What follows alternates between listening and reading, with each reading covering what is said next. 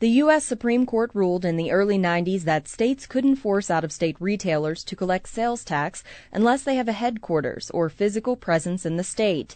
Patrick Byrne, CEO of Overstock.com, which is now calling itself O.co, says that's because out-of-state online retailers use little to no state services compared to local businesses. In California, if somebody has a brick-and-mortar store there, someone like Walmart, then they've got police protection, fire protection, they're using the schools, they're using all these government services that cost money that we don't use by just having a UPS truck drive there and drop a package off. But states are claiming if a local business or advertiser links to online merchants on its website and gets a commission, that's considered a connection, or nexus, which some say is fair game for taxation.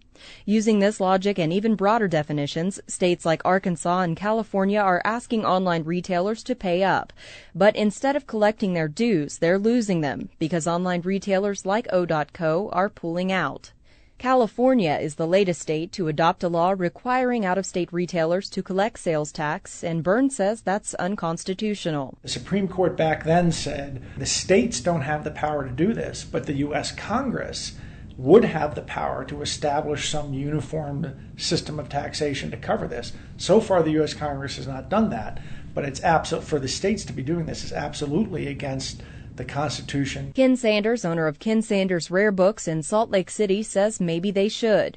Sanders says the original impact of online merchants was negative, but he's adapted by selling his books online, as well as listing and selling on sites like Amazon, which he says is the only way to stay afloat. Sanders says he's come to terms with the fact that he'll never compete with big box chains and online retailers.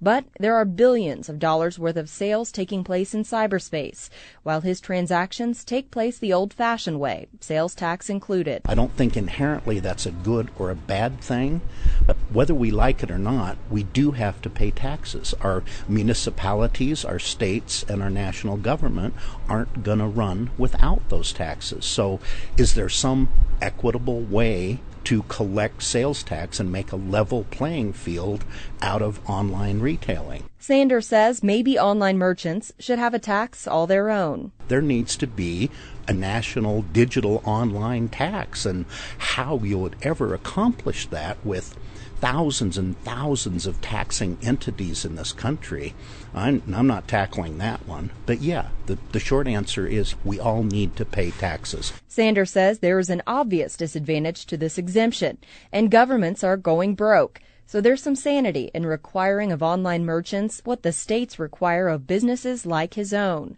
I'm Whitney Evans, KCPW News.